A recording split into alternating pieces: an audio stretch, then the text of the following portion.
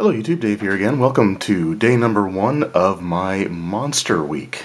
So back in December, if anyone was following the D&D December stuff, the person Scarlet Moth had made a list of topics to discuss for each day of December to go along with the D&D December stuff. And honestly, I didn't really do too many of those simply because I talk about Dungeons and Dragons all year round, so I didn't want to blow too many subjects in such a short span of time. But one of the questions, or one of the topics that I really wanted to get into was, what is my favorite monster? And it's really easy to sort of narrow it down to, my all-time favorite and discuss that, which is something that, again, people will probably be pretty aware of by this point in time. So what I thought I would do is actually take the, Monday through Friday, and each day just talk about another one of my top 5 favorite monsters from, number 5 up to my number 1 all-time favorite monster. So in today's video, the monster that I want to talk about, that is my 5th favorite, so it's the one that just cracks into the top 5, and I want to talk about Orcs.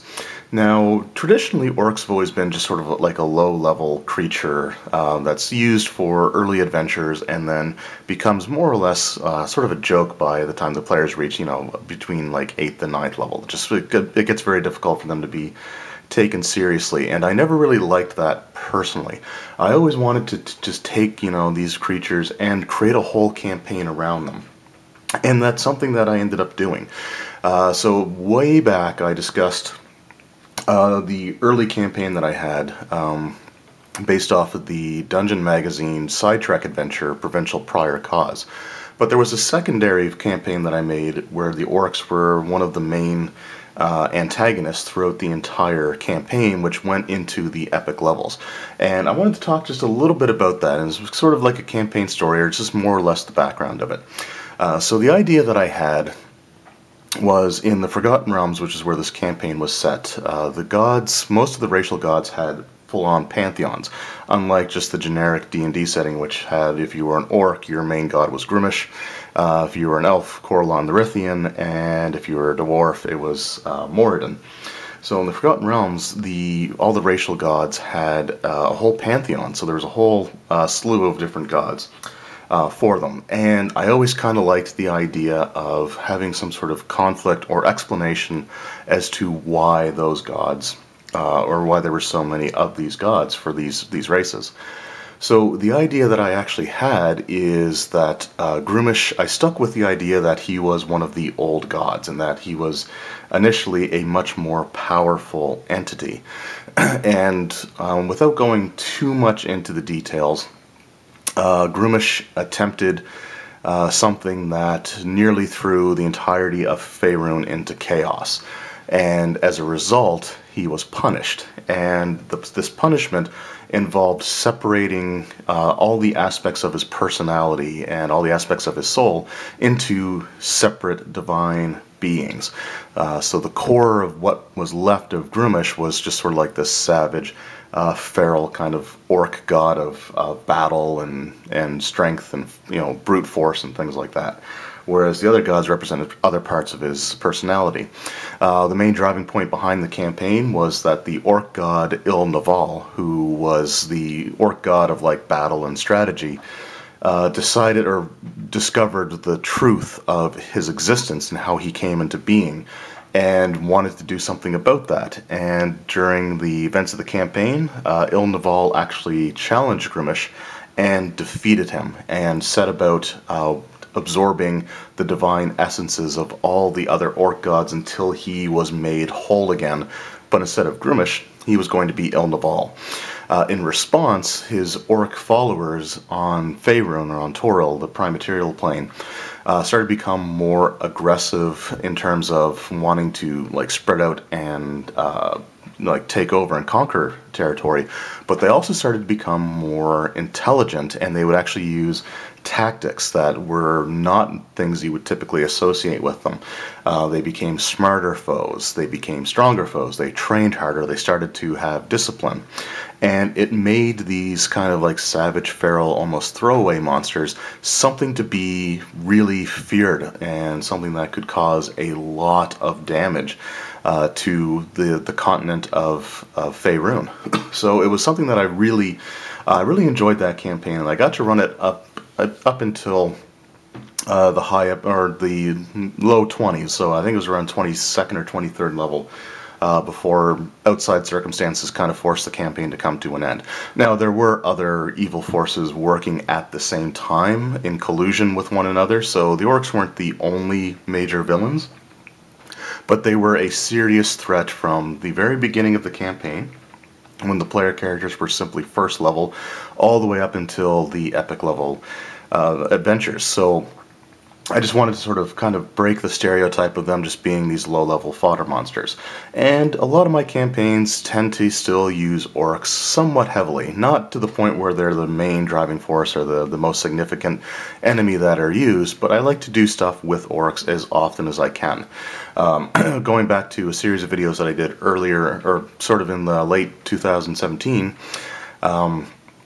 where I was going over how to design encounters using the Dungeon Master's Guide steps, and even when I did it using the Xanathar's Guide to Everything steps, I used orcs as these encounter groups, and I just really enjoy working with them. My two major sources of inspiration when it comes to using orcs in my D&D games comes from, number one would be the Lord of the Rings movies, and I really loved the Uruk-hai, particularly at the end of Fellowship of the Ring. They felt like a serious threat to these, seasoned warriors, and it was a really cool scene. The fight scene with them at the end of the Fellowship of the Ring was probably one of my favorite moments of the entire movie trilogy. The Battle of Helm's Deep was kind of cool as well. I mean, there were a few things that obviously took away from it, but even at that point, they were still really kind of a threatening, menacing creature, and that just kind of dropped off altogether by the time you reached the Return of the King, which the Uruk-hai were pretty much non-existent, and I don't think they had them very much at all throughout the movie. They made like brief appearances, and it was more just the traditional orcs at that point. But I really like those, and I really like those kinds of orcs, and that sort of military discipline that they showed in the Battle of Helm's Deep was one of those inspiring factors that led to this orc campaign that I did in the early days of 3.5. My other major inspiration was the series of novels for the Hunter's Blade trilogy by R.A. Salvatore.